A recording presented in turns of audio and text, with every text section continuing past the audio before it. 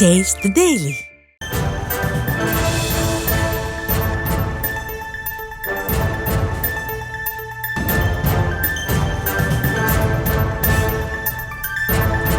அண்மை செய்தி. தூத்துக்குடி மாவட்டம் கோரம்பல்லம், காலான்கரை, அத்திமரப்பட்டி ஆகிய பகுதிகளில் 10,000 ஏக்கரில் நெல், வாழை ஆகியவை வெள்ளத்தில் மூழ்கி சேதமடைந்திருக்கிறது. அண்மை செய்தியாக பார்த்து வருகிறோம். இதை பற்றி விவசாயிகள் அளித்த பேட்டியை தற்போது பார்க்கலாம். 6 நாள் பெய்த மழையில் காட்டாத்து வெள்ளம் எல்லாமே வந்து விவசாய நிலத்துக்குள்ள நின்று எல்லாமே விவசாயம் நெல் துப்புரவாக மடிஞ்சு கிடக்கு, அழுகி போச்சு. நெல் வாழை வந்து உங்களுக்கு பார்க்க இப்போ பச்சையாக தெரியும். ஆனால் பிரிச்சுக்குள்ள வச்ச ஆப்பிள் மாதிரி தான். எடுத்த உடனே கருத்து ஒன்று மடல் ஃபுல்லாகவே சரிஞ்சிடும். எங்களுக்கு ஒன்றுமே பிரயோஜனம் இல்லை. இதே 2023 17-18 அந்த வெள்ளம் தான் வந்துச்சு. இந்த வருஷமும் ஒரு 5 நாள் முன்ன வந்துருக்கு. ஆனால் எல்லாமே விவசாயி போன வருஷத்தில் உள்ள கடத்தையே அடைக்க முடியாமல், லோனை வாங்கி கட்ட முடியாமல், பொண்டாட்டி கிடத்ததுகளுக்கு தாலி நூலெல்லாம் விற்று தான் அடுத்தாப்புல விவசாயம் பண்ணியிருக்கோம். இதே நிலைமை இப்போயும் வந்திருக்கு. இதனால் இந்த விவசாயி வந்து வாழ்வா சாவாங்கிற இதில் சூழ்நிலையில் உட்காந்துக்கிட்டு இருக்கு. தொடர்ந்து இது பற்றியான விவரங்களை செய்தியாளர் முத்துராமன் வழங்கிட நாம் கேட்கலாம். முத்துராமன், வணக்கம். 10,000 ஏக்கர் அளவில் நெல், வாழை ஆகியவை சேதமடைந்திருக்கக்கூடிய சூழலில் அங்கு இருக்கக்கூடிய விவசாயிகள் அரசாங்கத்திற்கு என்ன கோரிக்கையை முன்வைக்கிறார்கள்?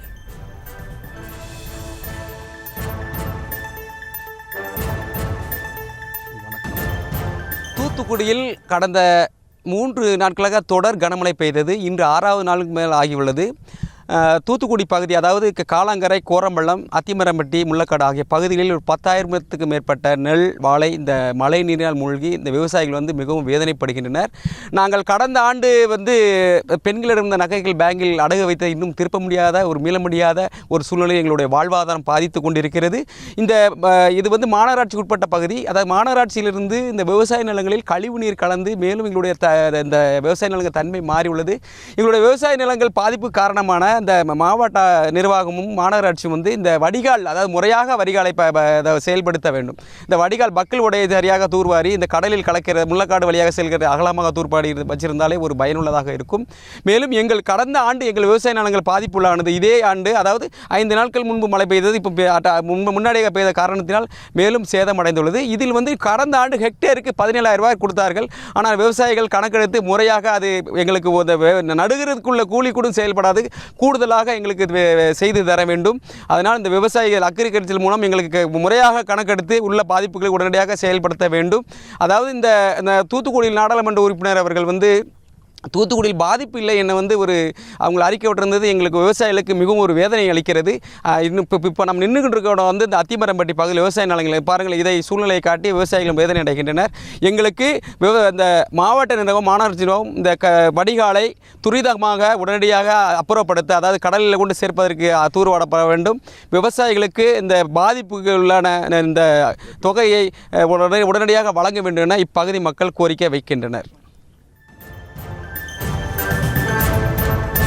களத்திலிருந்து விவரங்களை வழங்கியமைக்கு நன்றி Muthuraman. Taste the Daily. Taste the Daily.